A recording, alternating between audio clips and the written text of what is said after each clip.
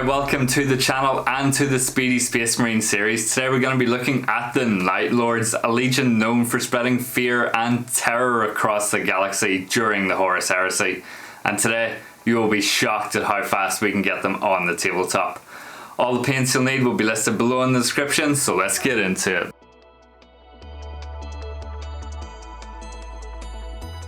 Alright, starting off with some Huldra blue from Fantasy and Games, taking the Artis Opus Series D medium dry brush here. We're going to start to apply an even coat all over the model.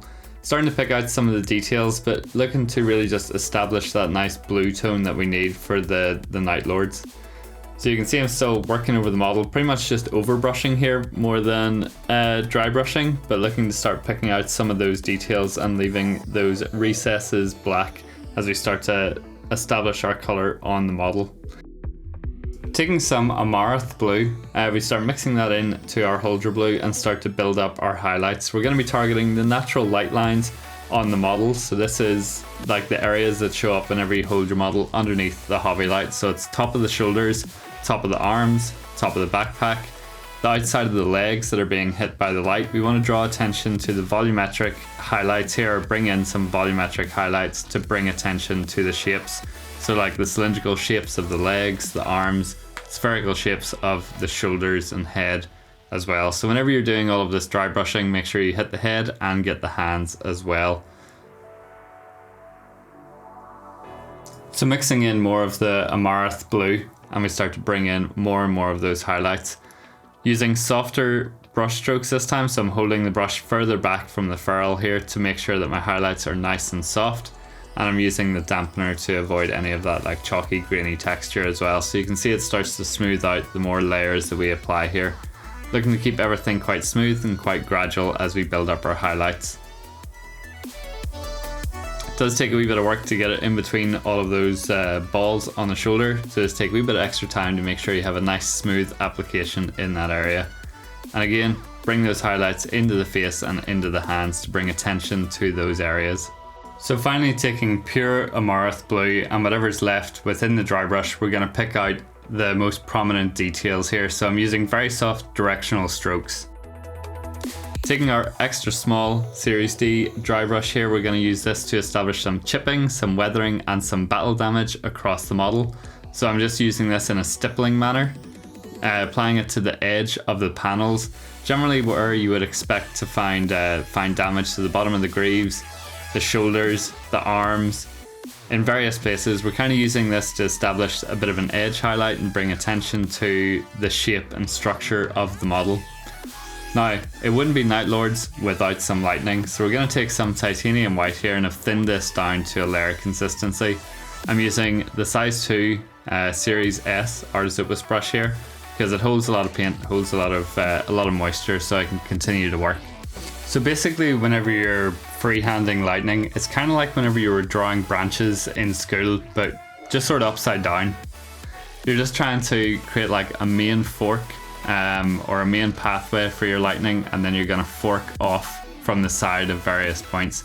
Try to keep it like scratchy, irregular, you know, try not to let any of your lines be too smooth, and then just draw off from certain points.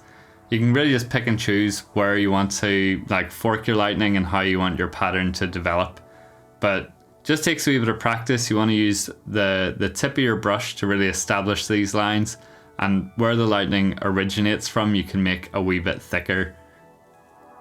Now we're going to take a glaze of Huldra blue and apply this all over the model. So we're using this to tint some of the colors, we're using this to soften out some of our highlights that we established whenever we were dry brushing, and we're also using this to tint the original lightning that we did.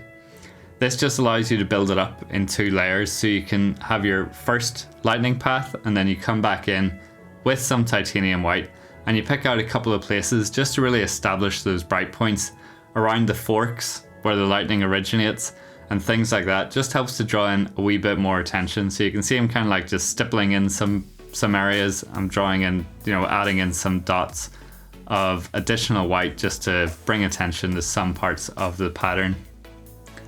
We're now going to take some exhaust manifold and paint in all of our metallic sections, so that buckle across the chest, the vents from the backpack, the exhausts at the top, Also those, I guess, heat sink thing that runs across the top of the backpack.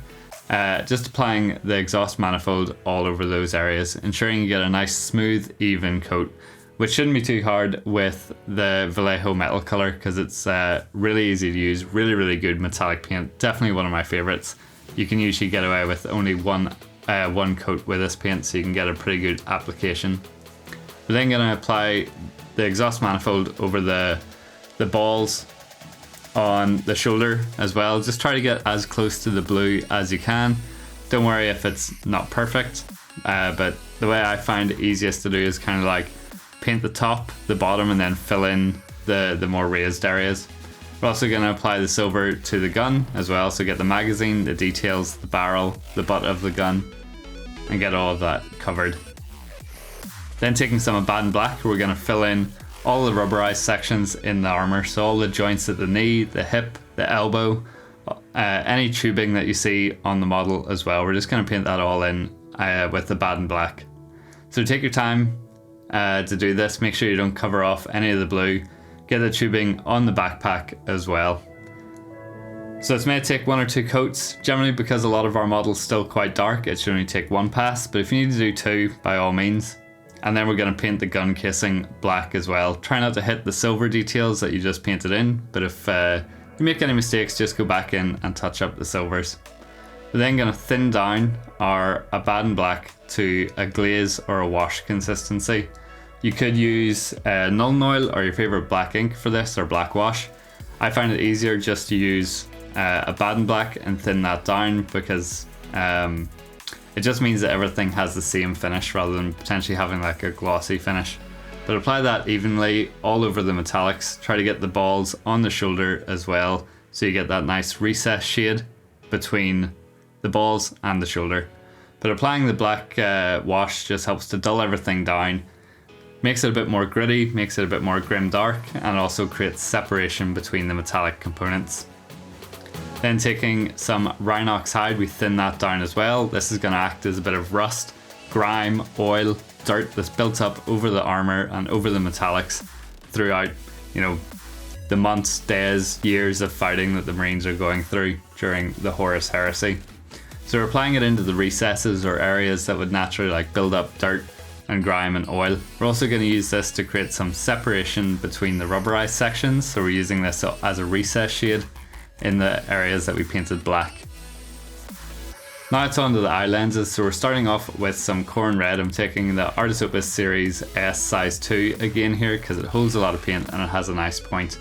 We're just laying down a nice foundation over the lenses, and then we're going to start building up some highlights with Evil Sunz Scarlet. So I'm targeting the inner corner of the eye and then the lower edge of the lens.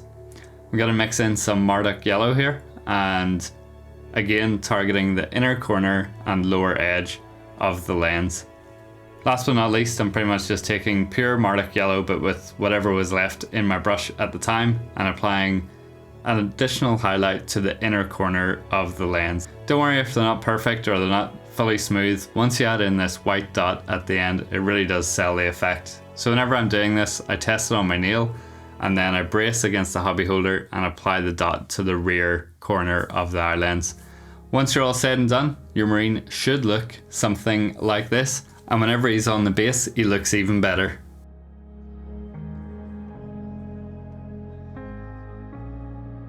So here he is for the close-up on the spinny thing. I think this is a super effective way to paint your Night Lords in under 30 minutes. I think the scheme looks great. I think the colors really pop.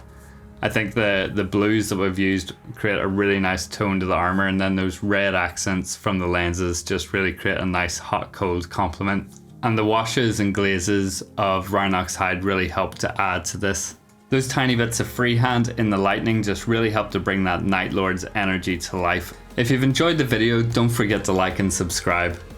Hopefully you found that useful. If you have any comments, questions, or suggestions for future videos, please drop them below in the comments. And if you want to take your painting to the next level, I have a Patreon that's focused around feedback and coaching.